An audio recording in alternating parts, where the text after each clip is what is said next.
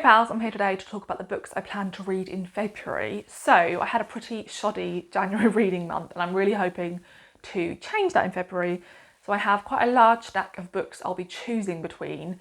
I have a few books out from the library I need to read, a few that I know will be coming in. I also have some rereads, buddy reads planned, and yeah, I'm hopeful that there'll be a few 5-star reads this month, so fingers crossed. The first couple are almost guaranteed because they are books I have already read and given 5 stars and just fancy rereading. One of them is actually for my Patreon book club, and that is The Sleepwalker's Guide to Dancing by Mira Jacob. I read this book quite a few years ago now and absolutely loved it, and so I decided to make February a month where we chose between 2 books that I have read and loved, in the hope that I could, convince more people to pick them up. And yeah, I really love this book. It is a family drama that spans a couple of decades and takes place in both the US and in India. And we're following our protagonist who, in the midst of a sort of career crisis, is called back home to New Mexico by her mother because her father, who's a very successful brain surgeon, seems to be getting really ill. He started to talk to people who aren't there, in particular dead relatives.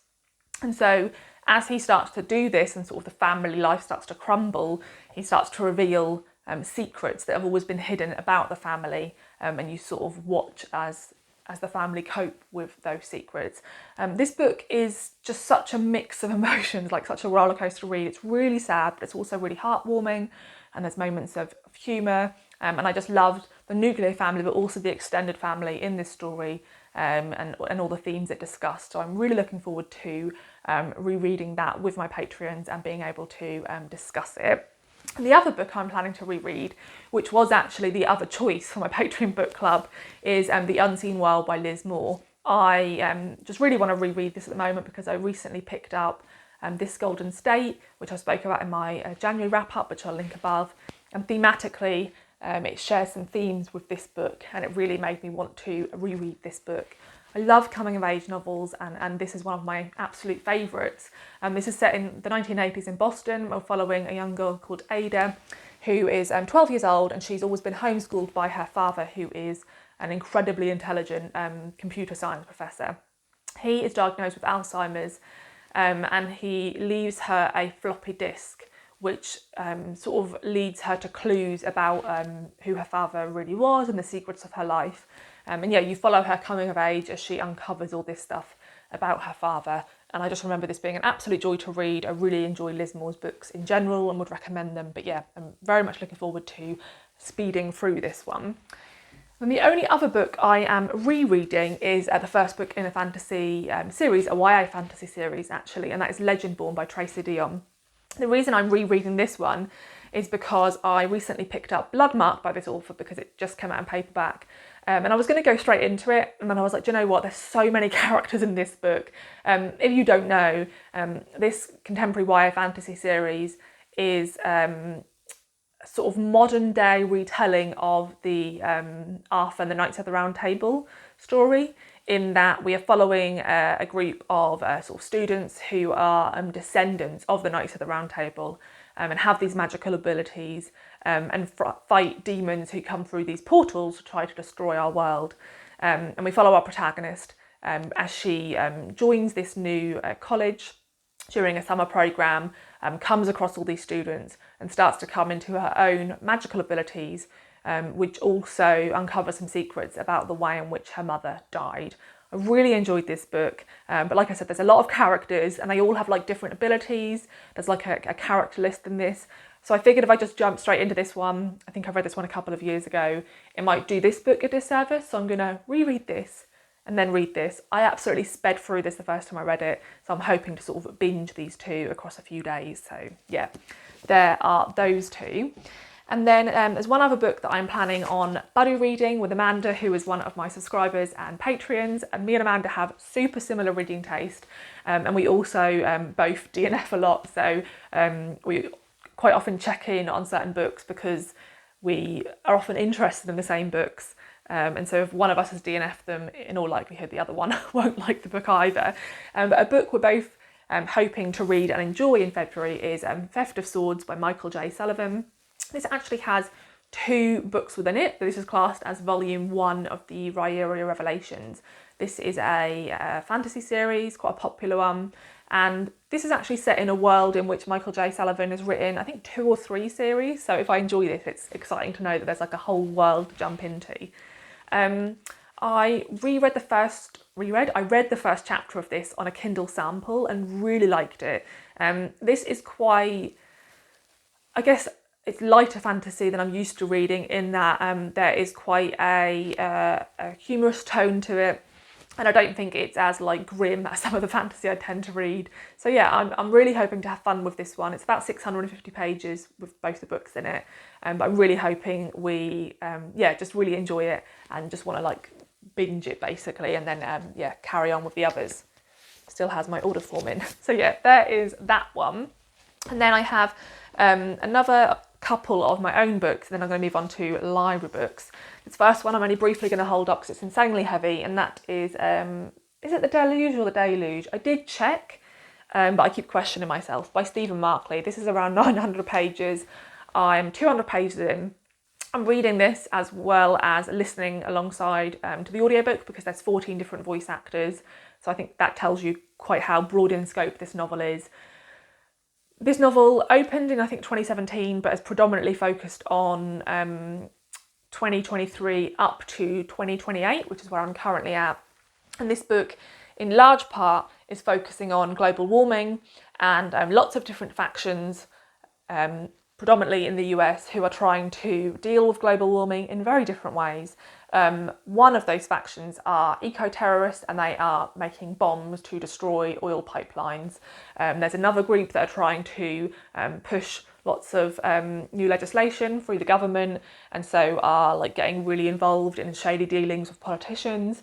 There's a lot going on, and I will say, as someone who is not from the US, I think you would probably get more out of this as a reader from the US, because a lot of the chapters that are more politically focused, I do struggle to follow a tad, because there's just such a different political system over there than there is in the UK. But I am still enjoying this, but yeah, there's points where I'm a bit like, I feel like I should maybe know a little bit more than I do.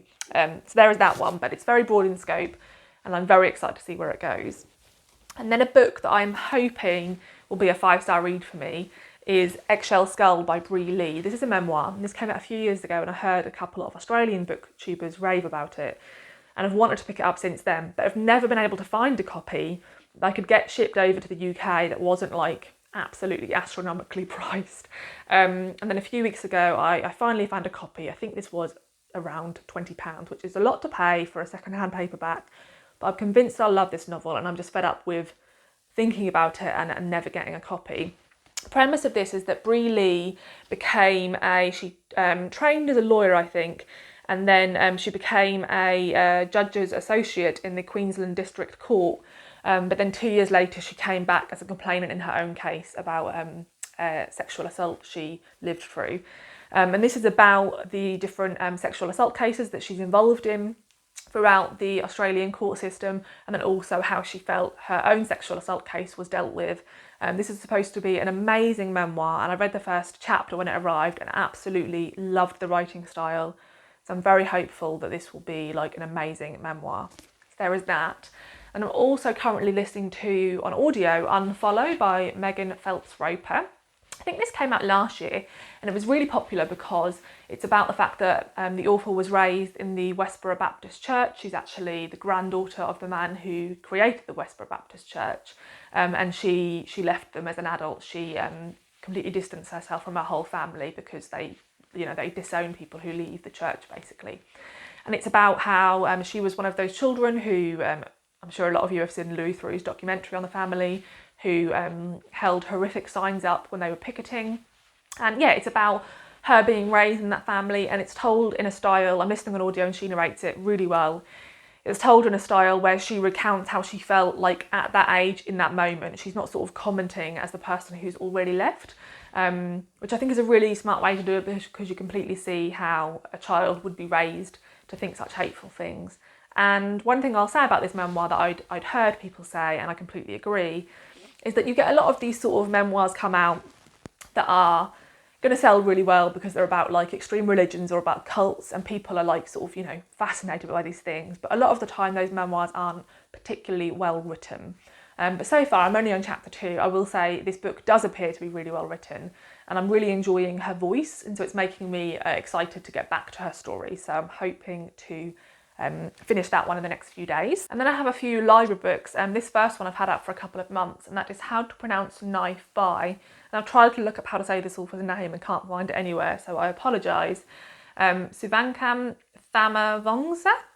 So this is a short story collection. I've read the first story, which is How to Pronounce Knife, and I really enjoyed it.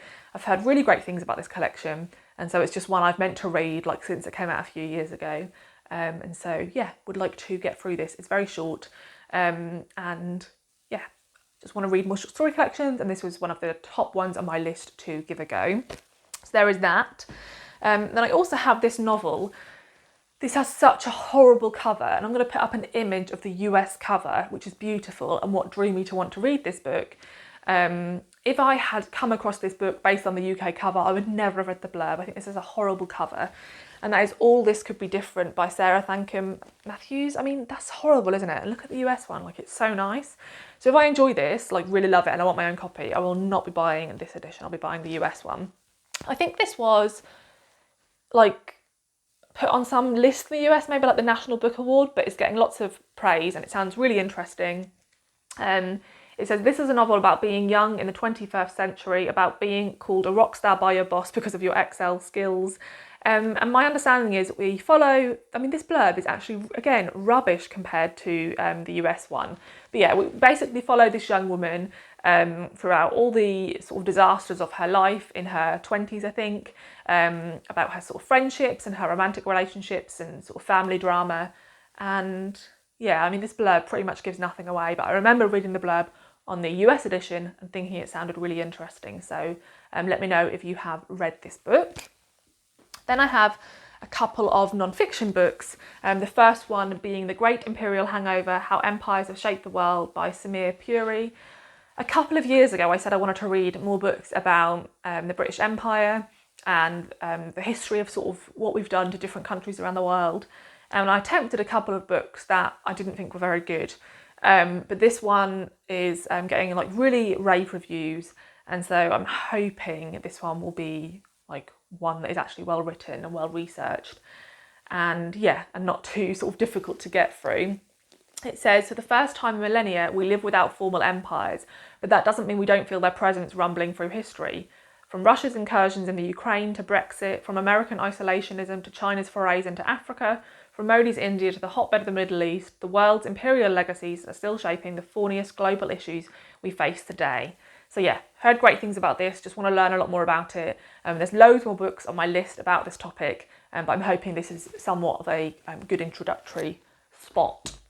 And then this next one, I heard Jill over at the Book Bully rave about, and yeah, I'm hoping to really enjoy this one because what I've heard about it sounds amazing. And that is Run Towards the Danger, Confrontations with the Body of Memory by Sarah Poley. This is a collection of essays that like form a memoir. I'm always into books that are written in that style.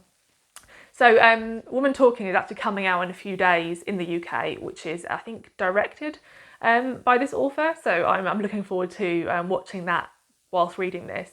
And there's 6 essays, and it says each one captures a piece of her life as she remembers it, while at the same time examining the fallibility of memory, the mutability of reality in the mind, and the possibility of experiencing the past anew as the person you are now but were not then. She contemplates stories from her own life ranging from stage fright to high-risk childbirth to endangerment and much more. And yeah, I think there's a sort of a focus on, you know, what it's like to live in a body through different types of trauma. So yeah, I am very interested in this book.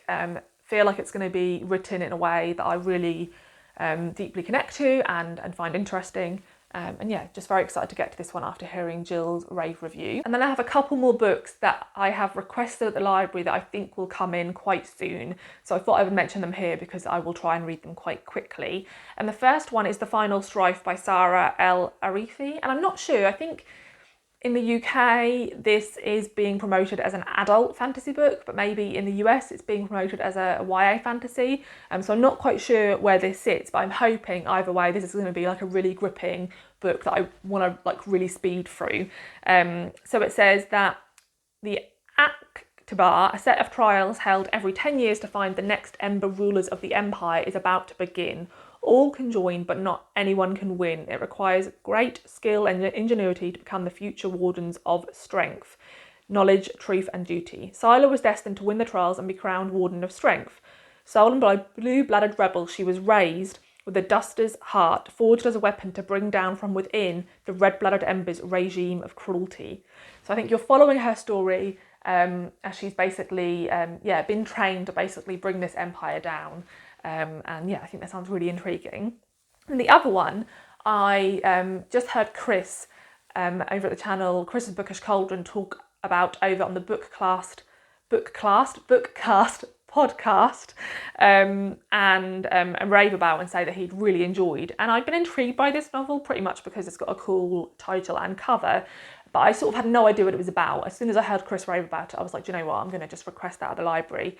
And again, I think this book will come quite quickly. I think I'll be able to pick it up in the next few days, and that is Devil House by John Darnell. Is that how you say it? So my understanding is this has a few different timelines in. We're following an author who is a true crime writer, and his publicist asked him to go stay in a house called Devil House, which had some like horrible murder go down in it. But you're also reading about this other like true crime story he had previously investigated. And then I think you also have a section of the novel that's like back in time about what actually happened in Devil House. And from the way Chris described it, the novel builds inwards. So like you start and end with the same narrative. And then as you go in, it's, you know, start and end until you come to the core sort of narrative that just has one section.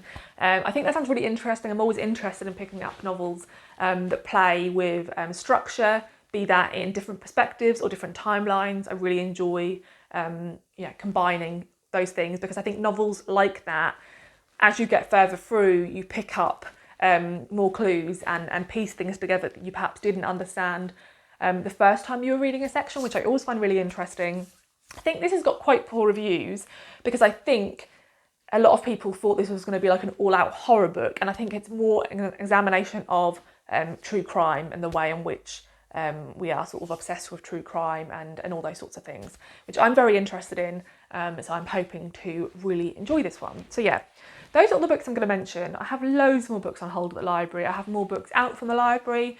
I still have loads of books that I picked up at Christmas that I need to read. So this is just like the core stack that I'd like to get through. I'll be shocked if I manage any more, but you never know. I could just bomb through loads of books this month, so we shall see. So yeah, I'd love to know if you've read any of these books, and if so, what your thoughts were on them, and I'd also love to know what you plan to read in February, because I'm nosy. Thanks for watching, and I'll see you in the next video. Bye!